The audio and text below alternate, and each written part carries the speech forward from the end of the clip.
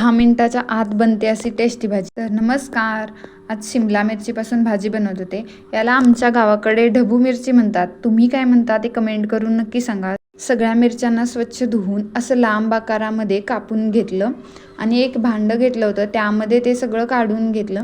आता त्यामध्ये चवीनुसार लाल तिखट जेवढं आवश्यक आहे तेवढं, त्यात 1 चमचा हळद ॲड करून घेतली आणि थोडंसं धने पावडर ॲड केलं।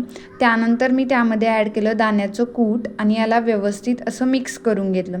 दुसरीकडे कढई ठेवली होती, त्यामध्ये फोडणी दिली। त्याचा व्हिडिओ घ्यायलाच विसरले, पण सिंपल फोडणी दिली होती, जिरं, मोहरी, कढीपत्ता, कांदा।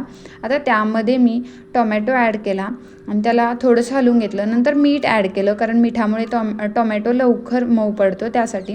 नंतर थोडासा हिंग ॲड केला आणि त्यालासुद्धा व्यवस्थित परतून घेतलं। आता जे काही आपण वाटण बनवलं होतं ते त्यामध्ये ॲड केलं आणि त्याला त्यामध्ये मिक्स करून घेतलं।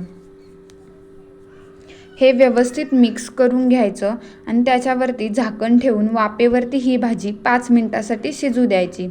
जर शिजली नसेल तर थोडंसं पाण्याचा हात मारू शकता, पण माझी शिजली होती।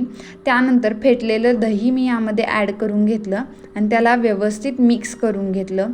दह्यामुळे या भाजीला खूप छान टेस्ट येते आणि ही दही शिमला मिरचीची भाजी खूपच छान लागते, तुम्ही एकदा नक्की ट्राय करा। आता या भाजीला झाकण ठेवून 2 मिनिटासाठी रेडी होण्यासाठी ठेवून द्यायचं। आपली भाजी तयार आहे, चपातीसोबत खूप छान लागते।